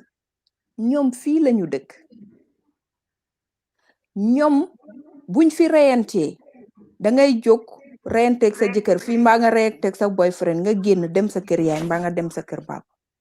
fii ñun ñi nga xamante ne dañu wàllu yaan si ñun suñu reyantee suñu génnee fan la ñuy dem fa la ñuy dellu ci ñoom fa la ñuy dem layee suñu problème ñun ci ñoom ñi nga xamante ne ñoom saay bu ñu ubbee seen bunti kër yi jàkkaarloog ñun baa ñu taseeg ñoom ci mbedd mi li ñuy njëkk a xalaat li njëkk a daw ci seen mind mooy ne dof bi ku xamul dara ki nga xamante ne fu mu jógee ci kaw garab yi la ñuy fanaan ki nga xamante ne boppam bi dara nekku ci léegi yow moomu nga xamante ne yow lañu adressé loolu yow lañu dëkkal foofu noonu yow yaa jëlaat sag ndof jëlaat sag xamadi dara jobbal ko defar ko bem baax ne ko am yow mi ma ko tuddee de maa ngi nii maa sukk si sa ron ñëw pour won la man suma xamadi dara suma ndof ak nga xamante ne man moom maa ngi noonu rek foo ma jàpp daal xamal ne fu ndaw la romb naa fa di wéy mu nekk loo xamante ne dafay daw yaram because man tubaab yi damay wax ne man duma leen wecceekul at faras ñoom duñ ma wecceekul loolu fi ma ko wéer mooy ne man duma mës a bàyyi suma cosaan duma mës a bàyyi suma culture duma mës a bàyyi suma aada ngir tubaab ndax gisuma benn tubaab bu ma ko defal kon man duma ko defal benn tubaab kon yow foog nga ne tubaab bi soo waxee tubaab bi comme western system bi dafa laajte comme ñun yow da nga feel ne dafa laajte pour ñun ñu changer ñu change defaraat suñ toogaay rek ni ma koy waxee saa su ne defaraat suñ toogaay rek te xam ne ni ñu toogee weng na lool bang nag wala siis wala muy lu mu mënti doon toogu bu mu mënti doon boo ci toogee weng bu yàggee yaay daanu mbaa toogu bi dam fasane ite ilafta mu ne fola woto ay même fo dala bi wala ñama doron lampa ko ya fo ñamento biite nin kewoy lamu ikewoy du ñola suwo kono ye police lu commande ni tata police lu ya ibe kumulu fala jeton dun jannabe di yalantolo bulu nin dun tañola nga kangola ñola be kangola musola kango me yalo ko nim tuba bulu fangol ya moy ikalo ne ko ñi ñama to dam man ne segi jika sifa keno dena ka mun tantulu fangolu ñu ngi heblu suñ bopata an ka jutum fannale ntolu malon yaajele te ni muso du ñola just like 2 weeks ago nterima nabe diamola itata code anake ma yeta code inin cewo be sila ex cewo inabe siring jojol be siring loyal be siring imammalu iman sila iba itande ka woy loyal la ko nyimmennalo kanata sukuro dundi ja sukuro le dina la banko kanjang ay dingo soto ko male fanga ma faali ay nyin sangi nangam le dialla sanjo men manke toñati ite amira foka wala doya ite ki fangule doya nin tubabol wultawte be ñoo jibira ndun toñale ñin konto lela be sanji muwam yara fa be sanji tan tabale ñi ma fonto le ko ay dingo soto yara fa ay dingo soto le mina nan tudu mom yi la yàqalu jigéen boobu moom kenn de mané yàqalu jigéen boobu moom kenn de teg leen seen loxo foofu boobu teg leen seen loxo foofu because boobu xam nga waxoon naa leen ne suma laajte question dañoo fanaan fi waaw gis nga ko nañ bàyyi foofu de ba ñu gisee wante because am nañ fi 90 minutes because loolu tey dama bëggoon a waxtaane dama leen bëggoon a woon rek su ma leen laajtee question bi fii la ñoo fanaan because dinañ teg dinaa leen bàyyi du ma nangu ñu sori si wax si yaa buñ sori lii la nañ gëm ne daal moom ñun ñoo dee dof ñun ñoo tax tubaab yi leen question boobu noonu mooy foogu leen ne ñun africain si même si su affaire yi sëy yi xam nga yéen a ngi wax si problème yi sëy même ñun ñi nga xam ne nu ñu dundee fii nii ñu ñoo behave towards the laws or towards the system here foogu leen lu tax ma wax leen laajte question bi foogu leen ne ñun ñoo nekk di abuse li nga xam ne amuñ ko woon ñu fekka ko fii ñu fekka ko fii ñu am si cër foogu leen ne ñun ñoo ko nekk di abuse mbaa lan moo tax ma laajte leen question boobu waaye boobu pour beneen jotaay la dinaa bàyyi ñu jekkali tey I'm very happy that gis naa seen ambition si seen loolee bëgg a def wax ni dafa important dafa over serious because dafa am loolu nañ ko tegee gum foofu dafay yàlla leen wax fii nii is very important yow da nga joxe fi exemple dafa am lot of example yi nga xam ne ñu ngi fi man maa ngi toog fii ni si ay exemple yoo xam ne ay stories yoo xam ne su ma leen ko waxee fii nii da ngeen di wax da ngeen di wax waaw ba ëllëg because we have because question bi dafa bari doole te ba pare xam nga ñun dañoo foog ne rek waaw kii waaye ñun suñ boppa ñu ñoo dee yaaxat ñu ñoo dee abuse loo xam ne lu nga xam ne ceer boo xam ne ñun amuñ ko woon Afrique bu fa dem nañ ko bàyyi foofu rek nañ ko bàyyi jot na waaw nañ ko bàyyi foofu moom waaw teg suñu baaraam foofu noonu ba next time ba mu tamit fekk ñu yaatal waxtaan bi incha allah dinaa bàyyi Zeyna la starté woon dinaa bàyyi moom mu daaneel affaire yi financial affaire yi lan mooy sa advice ak lan mooy sa jàngat si affaire yi xaalis yi boo xam ne pour affaire suñ doom yi la dimbal bu nekk di am pour affaire suñ doom yi yow lan mooy sa gis-gis lan loo foog naka lañ ko war a defee lan nga bugg a daanelee tey si loolu man kay lu may daanele rek mooy waxtaan ak suma mbokki jigéen ñi mba waxtaan ak suma càmmeñ yi nag lu ma leen di dénku mooy ne ñu xam ne rek ne doom ak jabar dinaa wax ne doom sax ndax doom mën nga ko amee fu doowut jabar waaye doom moom doom la rek doom boo demee ba am ko sa responsibility la pour nga dundal ko nga wodd ko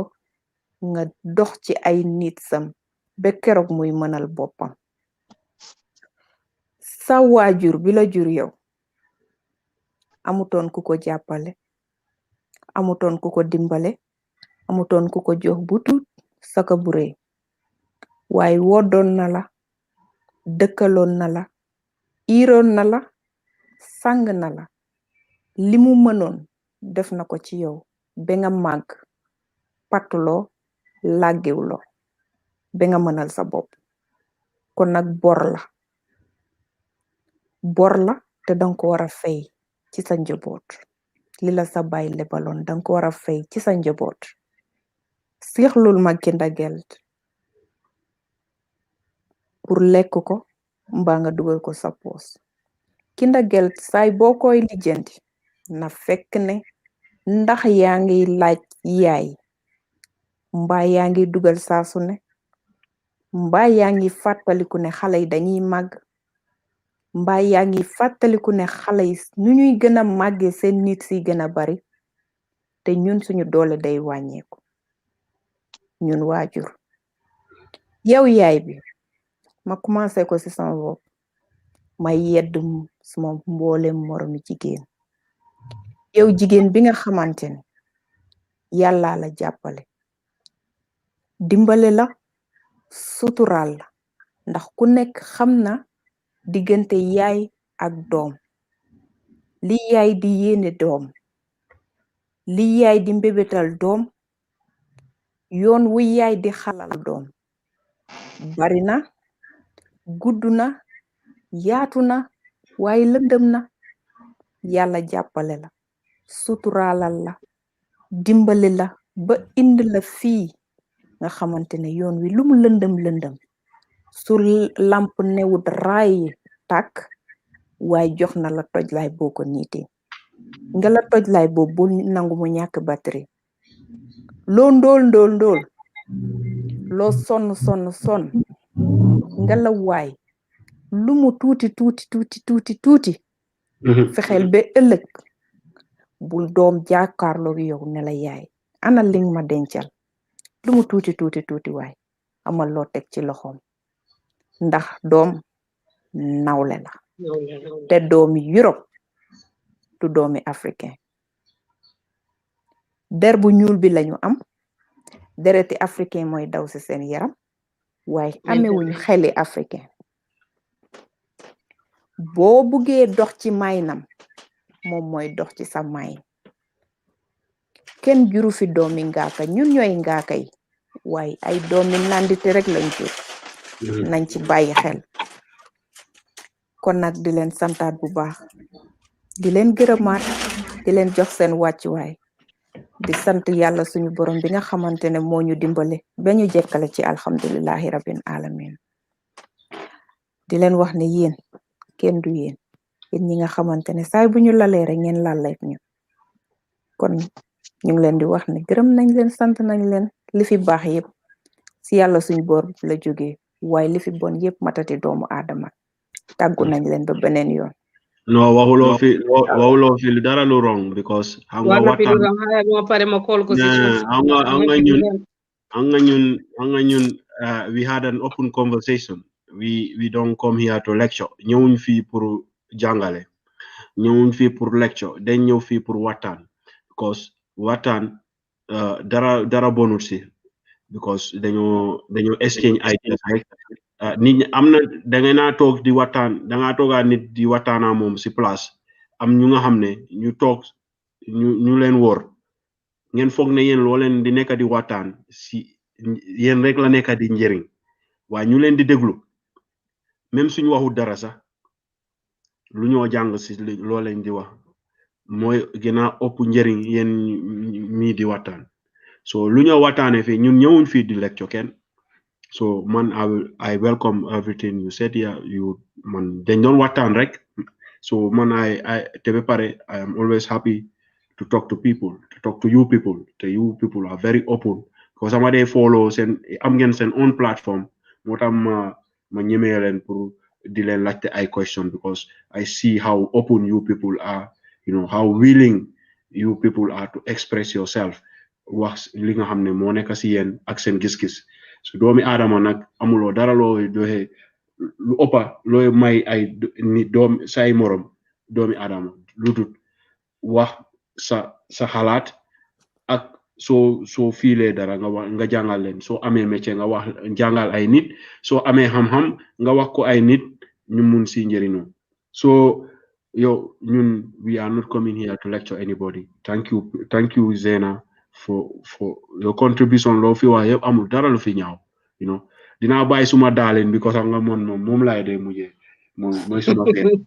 suma série yow moom yaa nga choose ni laftay bafola man nga kan odo o ya fo man nga kan odo thank you Senabu jërëjëf waay thank you so much madam okay good Senabu yabe fole foka pare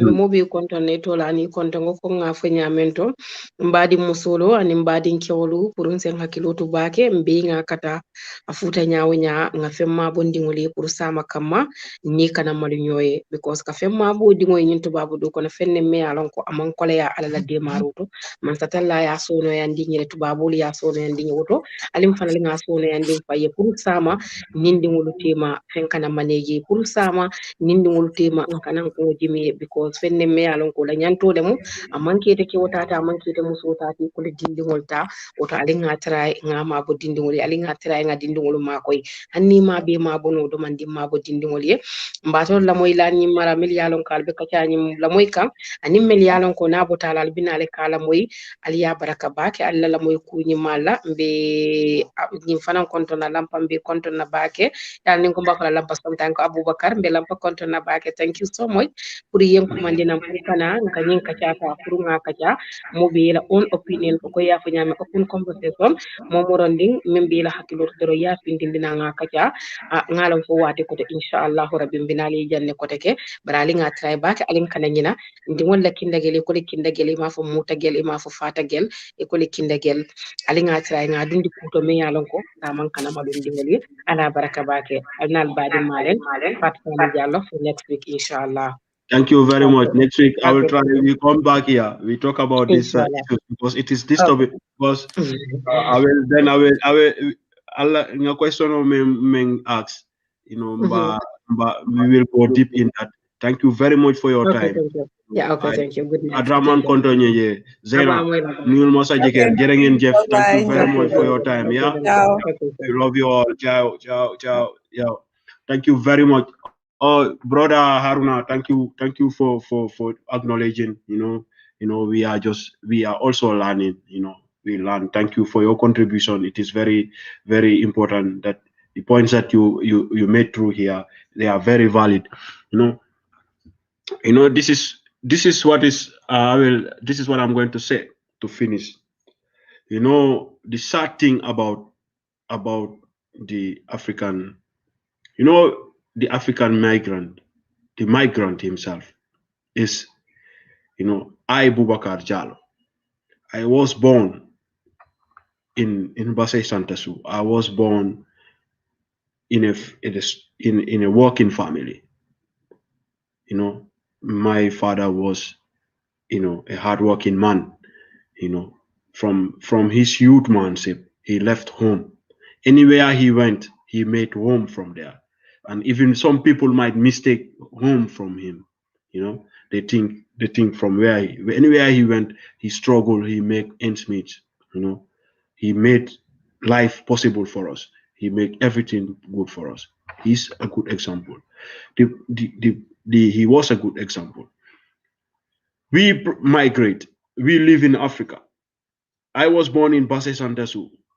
I struggle. I say I will go and I will make a better life for myself. I work out everything. I make everything. I find myself in Europe. If I find myself in Europe, I have to better myself first. And if I happen to have children here,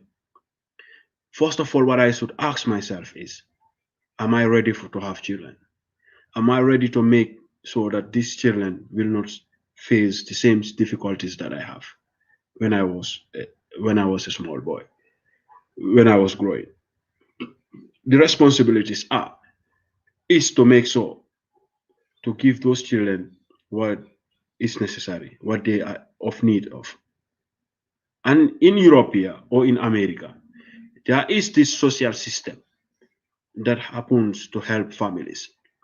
I know people can face a lot of financial difficulties in Europe here or in America,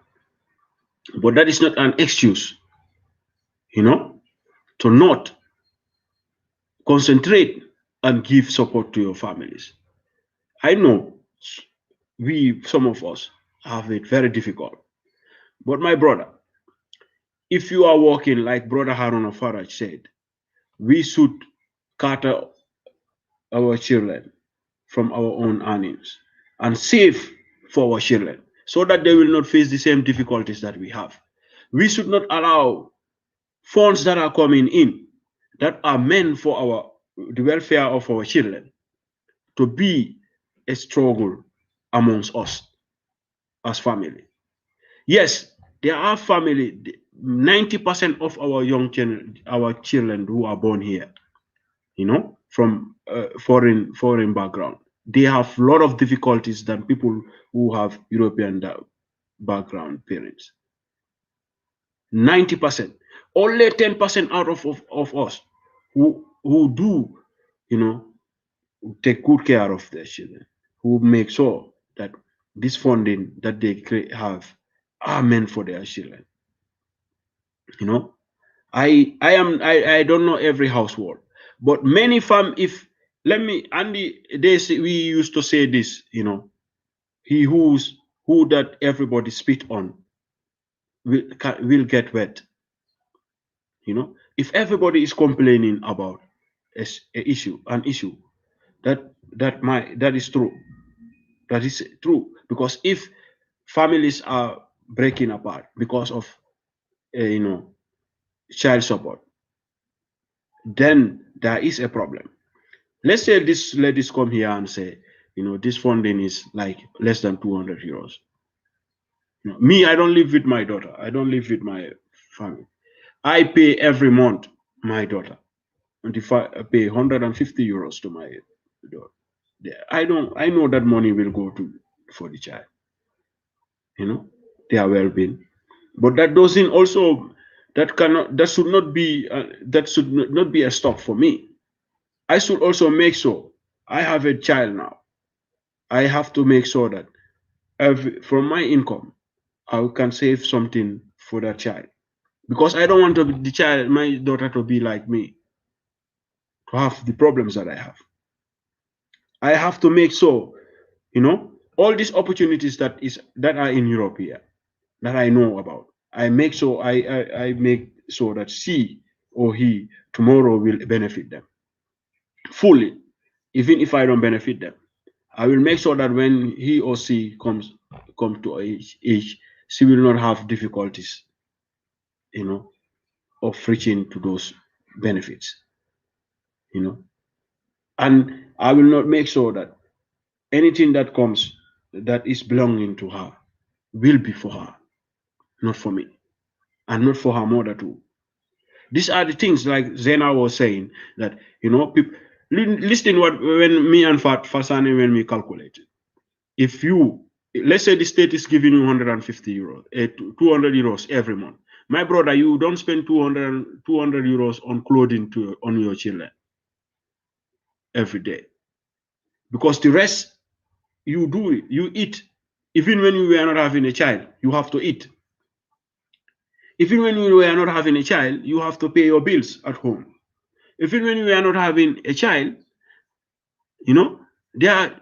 things that you do at home, you must do them. You have, when you have guests, you have to cater them. So this, for imagine the state is saying, listen, Boubacar Jallo, we know that your loan, your salary is can you now have a child or two, you know, it is not enough to, you know, because they calculate per head, you know, yeah, we are giving you this amount of money to supplement the difficulties that you might have, you know, to cater for your children, to make your children get the benefit, like what the necessities that they might need, like clothing, you know, new clothes every month, you know, because that is what they calculate. They give you 200 euros. They think maybe you will need new clothes, new shoes every month, and all those things. That's why they're giving you this. And they will say, okay, a child might cost you like €9 per day or €10 for his feeding. They calculate all those things, you know. So they give you those things, and you put all that money away. You are building castles away, and while those children, they are here, when they go to school, they don't have good shoes, they don't have good clothes, you know, and they don't have their necessity. Maybe when all the school, his or her classmates are having all books, good books, and she's not having them, you know, and they will be starting asking, bringing you at school, and they'll be questioning you, you know. Those, that's, I will wait for that next time, like talk to these ladies about that too. But my brothers and sisters, I don't think this funds already identify itself. It is in English, it's called child support. In Dutch and German, it already, they give it a name. They say, you know, Kindergeld. That is, you know, also child support. So it means the same. It's for the support of your children. But if your children are, the state is giving you every month €100, and your child is not even eating, having, you know, when she need a pen or a proper, like, you know, when everybody's using a pen class 5, you know, it's costing them €5, you know, because the same money that they are giving the poor man is the same money they are giving the rich man, you know, because it's across in Europe here. They will not segregate. The same money that they give to everybody. Everybody receives this funding, the rich and the poor. So it's left to you how you people, we people. Yes, the others, maybe you can say the rich people can save better than the poor one. Yes, we can say that. But we have to also look after our children, especially we Africans, we who comes here, migrants, because we came here to better our life. So if we came here to better our life and we have our children here and those people also have to suffer, then you already fail. That's my observation. I am not teaching anybody here. I don't come here to perfect myself. I am not perfect, you know. But I am, because last time Farsane made these points, I said, yes, I hear about this a lot of times. And maybe it's time to talk about these things, because we have to know this. You come to Europe to have a better life, but you don't have to forget, if you have children here too, you have to concentrate on those children, make them happy here, make them comfortable, give them what all they need. especially when it fits the money that the state is giving you. I'm not saying you give them billions materials that is not you cannot have, but if the state is giving you 100 euro and your child need something 20 euro, you have to buy that because the state gives you that. You cannot deny a child from having something that the funding already is he or she is scattered for. They already give you that money. But most of our children, they go to school, they get bullied at school, they feel isolated, they feel they cannot compare themselves with the children around themselves, their surrounding, because they will feel like minor, they feel, inferior. And that should not be, because we have the funds. We have to make our children look good, let them feel happy, because we use those funds that the state are giving us to put into our children, to make sure that these children, when they go to school, they have confidence, and we save money. If you save 50 euro every month, my brother, when your child reach at 18 years, you will be giving that child 10,800 euros. Think about that. That is already success. That is already something to start with an 18-year-old child. A youth man at 18 years old in Europe, here, you give that person 10,800 euros in his account or her account. So we have to think about those things. You only have to be building castles away. You don't know whether you will leave those. You build castles in the Gambia, your children will never go back to Gambia. You make them look like street people in Europe or in America. you are rich in Gambia, poor in Europe. You are rich in Gambia. You live in your house. Your child cannot even don't sleep on a good mattress. You are building castles in Gambia, in Africa. Your children, they live in an uncomfortable house here. Think about it. How do you expect that child to become a pilot here? How do you expect that child to have a free mind, to concentrate on education? How do you expect that child to go to school to concentrate, when even when he or she needs what she needs, that she see how peers are having at school, she cannot get it from you? Think about that. If you want your children to be better than you, if you want your children not to be like you, you have to invest in them, and the state is helping you. So let this money not be problems amongst you people. Put that money. It doesn't belong to you. It's not for you. Even if you are feeding those children with every day 1,000 euros, but if the state is giving you 100 euro and it is for them, give it to them. It is for them, because you have them. It's not their choice to be born. Your children did not choose to be born. You choose to have children here. So you cannot have children here, and at the same time, you go ahead having problem with financial situations, marriages, getting divorced, having problems in marriages because of funds that doesn't belongs to you. And even those children, you have the only way you can have problem. The only way people can have problem about child support is when they are not putting the money, the funds where it belongs. If these funds are going for what they are meant for, trust me, couples cannot have problem for it. But imagine if this money is going the other way around, only one side. My brother, it will be a problem.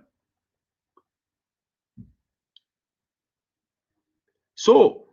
let the money be for who it is for. That's all I can say.